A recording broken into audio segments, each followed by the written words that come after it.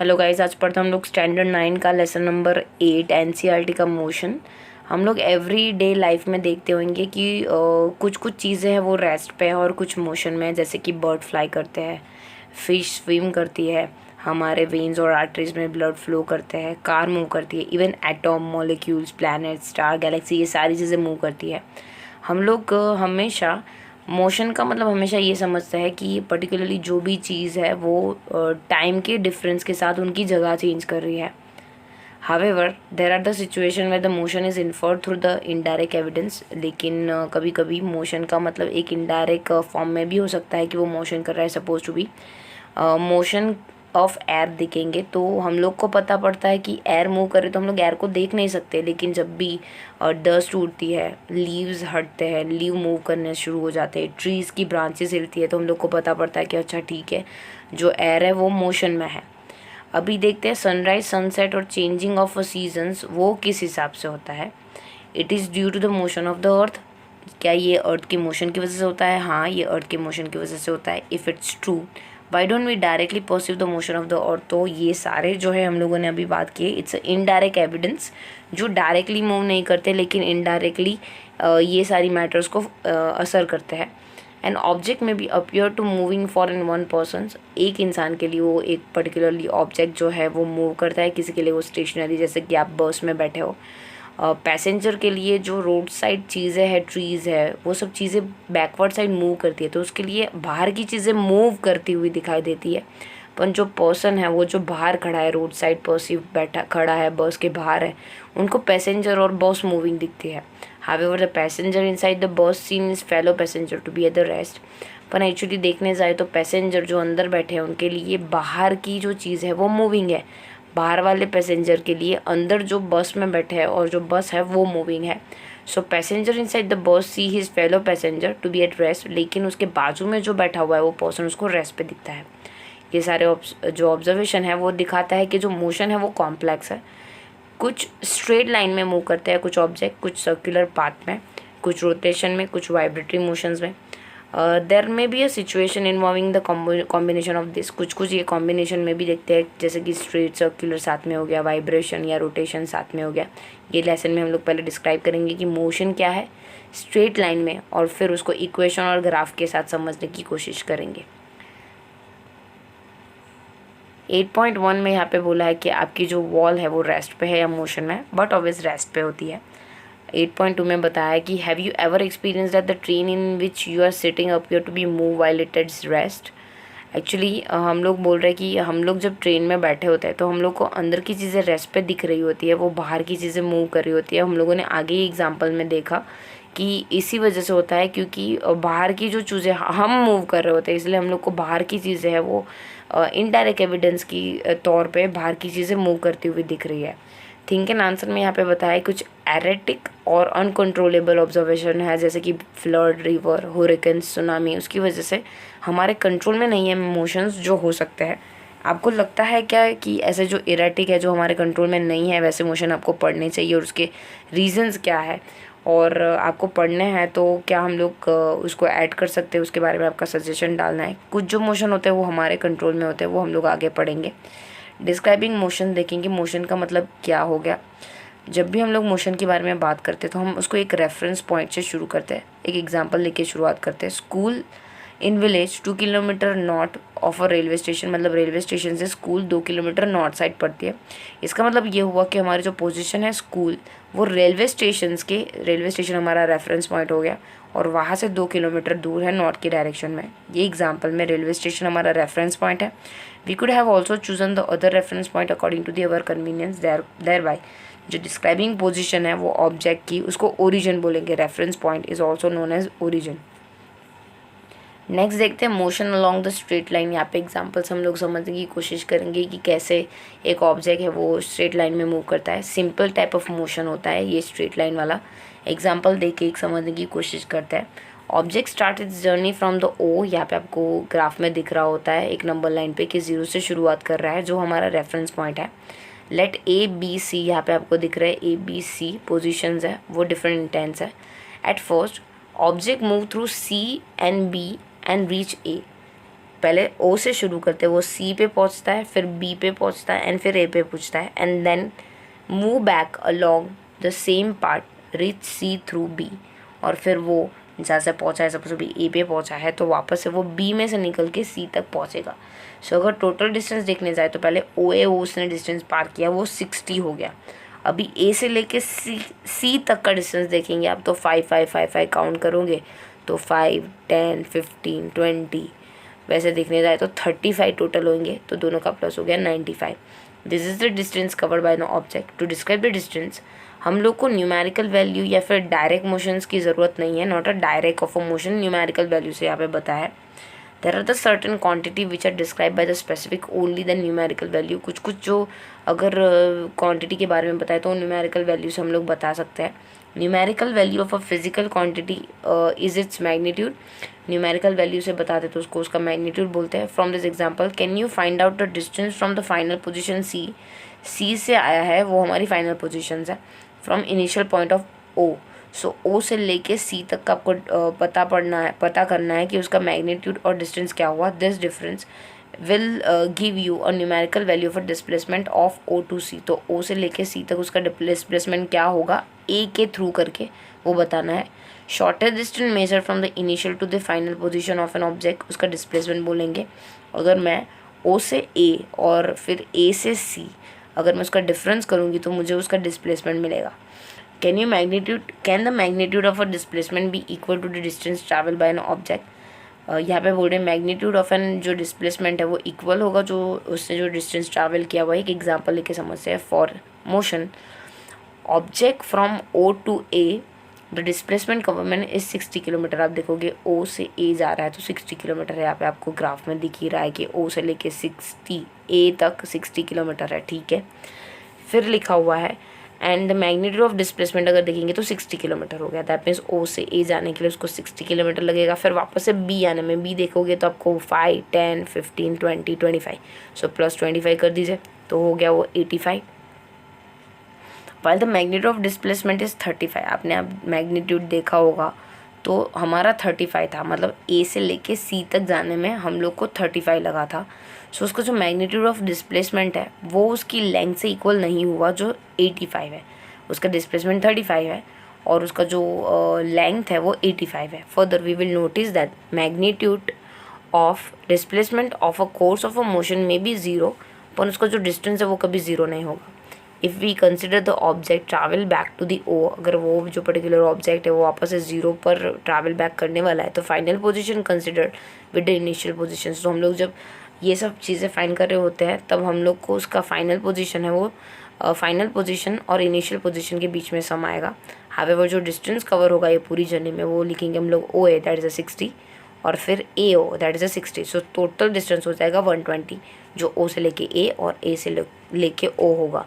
Two different physical quantity and the distance and the displacement are used to describe the overall motion of an object, and final position और initial positions के through हम लोग उसका distance और displacement दोनों find कर सकते हैं।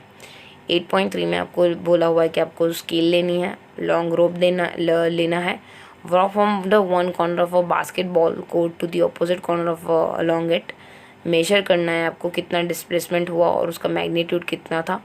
ये दोनों में बहुत डिफरेंस होगा, आप आंसर देखोगे तो दोनों में डिफरेंस होगा। एक्टिविटी आपको परफॉर्म करनी है। 8.4 देखेंगे automobile are fitted with the device. Actually जब भी हम लोग हमारी जो व्हीकल होती है उसके अंदर जो उसका डिस्टेंस नापने का जो डिवाइस होता है उसको ऑडोमीटर बोलते हैं। यहाँ पे भुवनेश्वर से लेके न्यू दिल्ली तक जा रही है हमारी कार और उनका दोनों का फाइनल और इनिशियल पॉइंट का डिफरेंस दैट इज़ 1850। उसका मैग्नीट्यूड और डिस्प्लेसमेंट बताना है between Bhubaneswar and New Delhi by using the road map. ये भी एक्टिविटी आप रोड मैप के थ्रू ये एक्सरसाइज कर सकते हो। बात करते हैं uniform motions and non uniform motions. अभी एक एग्जांपल लेके समझाती हूँ कि जब भी हमारा जो यूनिफॉर्म मोशन के बारे में हमारा जो ऑब्जेक्ट है वो स्ट्रेट लाइन में मूव कर रहा है। सो पहले घंटे में उसने 50 किलोमीटर पार किया, दूसरे घंटे में दूसरे 50 किलोमीटर मतलब 100 पार किए, फिर थर्ड किलोमीटर में दूसरे 50 ज़्यादा मतलब हो गए 150। वैसे करके एवरी आवर में वो आवर के 1 घंटा बढ़ रहा है, उसका डिस्टेंस 50-50 किलोमीटर प्लस ऑन हो रहा है। सो अब देखने जाओ तो यूनिफॉर्मली बदलाव आ रहा है, 1 घंटा बढ़ रहा है तो 50 किलोमीटर बढ़ रहा है, 1 घंटा बढ़ रहा है तो 50 किलोमीटर बढ़ रहा है। तो उस हिसाब से डिस्टेंस और टाइम में अगर इक्वली चेंजेस हो तो उसको यूनिफॉर्म मोशन बोलते हैं, और टाइम इंटरवल होगा वो सेम होगा। और दूसरा देखेंगे हम लोग non uniform motions, day to day life में हम लोग कभी कभी टाइमिंग के हिसाब से टाइमिंग डिफरेंस होता है और डिस्प्लेसमेंट भी डिफरेंट होता है। सपोज भी कार है, एक जगह से दूसरी जगह पे गई, 1 घंटे में इतना डिस्टेंस ट्रैवल किया, फिर बाकी के 2 घंटे में इतना डिस्टेंस ट्रैवल किया। तो वैसे करके जो ये डिफरेंस होगा दोनों के टाइम इंटरवल में, मतलब जो टाइम इंटरवल और जो डिस्टेंस होगा उसमें जो डिफरेंस होगा उसको बोलेंगे नॉन यूनिफॉर्म मोशंस। आप बाजू की एग्जाम्पल में देखो तो टाइमिंग यहाँ पे दिया हुआ है, 15-15 मिनट का टाइमिंग दिया हुआ है। आप पहला ए ऑब्जेक्ट देखोगे, बी ऑब्जेक्ट देखोगे तो देखोगे टाइम के चेंज के बाद जब 15-15 मिनट बढ़ रहे हैं तो उसका जो डिस्टेंस है वो सेम है, 10, 20, 30, 40, 50, 60, 70। और अगर बी के बारे में देखेंगे तो नॉन यूनिफॉर्म है। देखिए 12 के बाद फिर 19 है, 19 के बाद 23 है, सबका डिस्टेंस अलग अलग है। पहले वाले में देखने जाए तो 10-10 सबका डिफरेंस था, और बी में सबका डिफरेंस अलग अलग है। सो बी वाला नॉन यूनिफॉर्म मोशन है और ए वाला यूनिफॉर्म मोशन है। नेक्स्ट देखते हैं measuring the rate of motion. यहाँ पे 2 एग्जाम्पल दिए हुए हैं, एक तो बॉलिंग स्पीड किसी की दी हुई है और नीचे एक लिमिट दी हुई है। क्वेश्चन है, look at the situation 8.2, if the bowling speed is 143 kilometre per hour, what does it means. That means वो 1 घंटे में 143 किलोमीटर बॉलिंग की स्पीड से बॉलिंग कर रहा है। और दूसरे साइन बोर्ड में यहाँ पे लिख रहा है कि 2 व्हीकल के लिए स्पीड लिमिट डिफरेंट है। उसकी इसका कहने का मतलब ये हो गया कि जो व्हीकल्स होते हैं उनकी कैपेसिटी सामान पहुँचाने की और स्पीड डिफरेंस होती है। इसकी वजह से यहाँ पे स्पीड लिमिट के बोर्ड पर दोनों की स्पीड अलग अलग दिखाई गई है। डिफरेंट ऑब्जेक्ट अलग अलग टाइम लेते हैं, अमाउंट ऑफ अ टाइम और डिस्टेंस भी अलग अलग कवर करते हैं। सम ऑफ देम मूव फास्ट और कुछ स्लोली मूव करते हैं। सो जिस रेट पे वो ऑब्जेक्ट मूव करता है वो डिफरेंट होता है। Different object can move at a same rate. One of way of measuring the rate of motion of an object is to find the distance travel by than object. बहुत ही simple है, speed का formula is a distance upon time. उसका ऐसा unit है metre per second, जिसको हम लोग सिम्बोलाइज कर सकते हैं मीटर पर सेकेंड। और अगर बड़ा यूनिट देखने जाए तो किलोमीटर पर आवर होता है, और छोटा यूनिट देखने जाए तो सेंटीमीटर पर सेकेंड होता है। We are only require its magnitude. The speed of an object need not to be constant, और नॉन यूनिफॉर्म में एक्चुअली इसकी जो स्पीड रेट होगी वो डिफरेंट आएगी। नीचे एवरेज स्पीड का फॉर्मूला दिया हुआ है, distance upon time. Total distance travel S लिया हुआ है, टोटल टाइम टेकन टी लिया हुआ है, और एस अपॉन टी बोला हुआ है। यहाँ पे एक एग्जाम्पल दिया हुआ है 100 किलोमीटर और 2 आवर दिया हुआ है। तो speed is equal to distance upon time, मतलब एस की जगह पे हम लोग 100 डालेंगे और टी की जगह पर 2 डालेंगे। सो 100 डिवाइड बाई 2 हो गया 50 kilometre per hour. So sometime it may have travel faster and sometime slower then the this. Sums के लिए आप दूसरा एक वीडियो देख सकते हो। अभी नेक्स्ट देखते हैं 8.2.1, that is a speed with direction. Rate of a motion of an object can be more compressive if we specified direction of a motion along its speed. हम लोग स्पीड के साथ साथ अगर उसका डायरेक्शंस भी बता दे तो उसका जो कंप्रेहेंसिव मतलब निकालना है वो ईजी हो जाएगा। Quantity that the specify both aspect, इसको वेलोसिटी बोलते हैं। Velocity actually speed of an object moving in defined direction. Velocity का मतलब ये हो गया कि कौन सी डायरेक्शन में वो ऑब्जेक्ट मूव करता है। Velocity of an object uniform हो सकता है या फिर वेरिएबल हो सकता है। It can be change by the changing the object speed. Speed की जो ऑब्जेक्ट मूव कर रहा है, कार या ट्रक, उसकी स्पीड के साथ वो ऑब्जेक्ट चेंज भी हो सकता है, या फिर डायरेक्शन या मोशन दोनों। When an object is moving along the straight line, variable speed, it can be magnitude of the rate of motion in the term of average velocity. So उसके लिए हम लोग average velocity, अगर वो object uniform motion में है तो उसके लिए एवरेज वेलोसिटी का फॉर्मूला नीचे दिया हुआ है, जिसका एक स्टार्टिंग इनिशियल वेलोसिटी होगा, जिसका स्टार्टिंग पॉइंट होगा, और फाइनल वेलोसिटी मतलब उसका फाइनल पोजीशन होगा। उसको फाइंड करने के लिए फॉर्मूला है, इनिशियल वेलोसिटी को u लेंगे और फाइनल वेलोसिटी को v। So average velocity is equal to initial velocity plus final velocity upon 2, u plus v upon 2। v उसका एवरेज वेलोसिटी का सिम्बॉल है, और उसका जो यूनिट है वो है मीटर पर सेकेंड।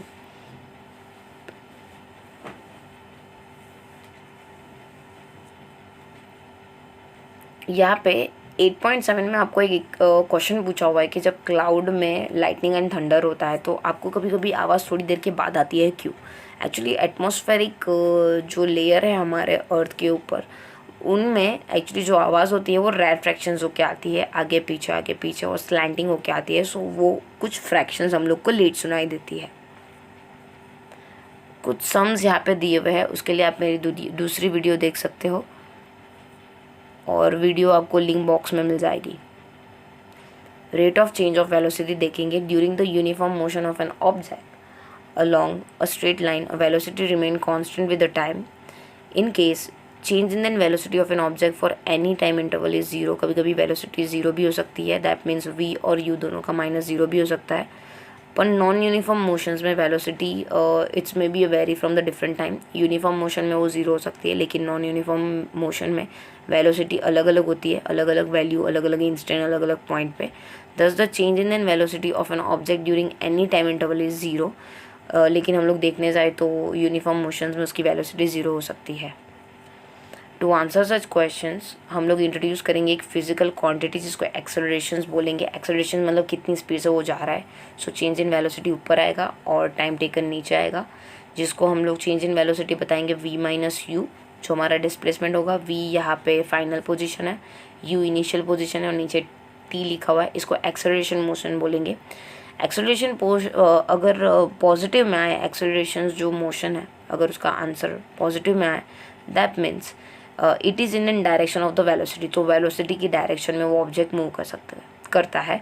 नेगेटिव आया तो वो डायरेक्शन ऑफ वेलोसिटी की ऑपोजिट डायरेक्शन में मूव करता है। उसका ऐसा यूनिट है metre per second square. If an object travel in an straight line, its velocity increase और decrease by the equal amount in an equal interval of a time. अगर जो object है वो स्ट्रेट लाइन में move करता है तो जितना इंक्रीज और डिक्रीज वेलोसिटी में होगा उतना ही इंक्रीज और डिक्रीज उसके टाइम में होगा। देन जो एक्सेलरेशन है उसको यूनिफॉर्म बोलेंगे। जैसे कि फ्री फॉलिंग बॉडी, वो यूनिफॉर्मली एक्सेलरेशन होगा। ऊपर से नीचे हम लोगों ने कोई पत्थर को फेंका, दूसरी बाजू देखेंगे on object travel with the non uniform acceleration if it velocity changes at the non uniform rate. For example जो कार है वो ट्रैवल कर रही है स्ट्रेट लाइन में, लेकिन अनइक्वल टाइम पे 2 घंटे में इतना सपोज भी 10 किलोमीटर ड्राइव किया, दूसरे 1 घंटे में लगभग 60 किलोमीटर ड्राइव किया। वैसे करके अगर इस हिसाब से ट्रैवलिंग कर रहा है तो वो नॉन यूनिफॉर्म रेट से वो मोशन में कर रहा है। Then car is said to be have a non uniform accelerations. आगे की पढ़ाई पार्ट 2 में करेंगे। Thank you for watching. अगर आपको वीडियो पसंद आई है तो प्लीज़ लाइक कर दीजिए और ज़रूर बताइए कि आपको वीडियो कैसी लगी कमेंट बॉक्स में।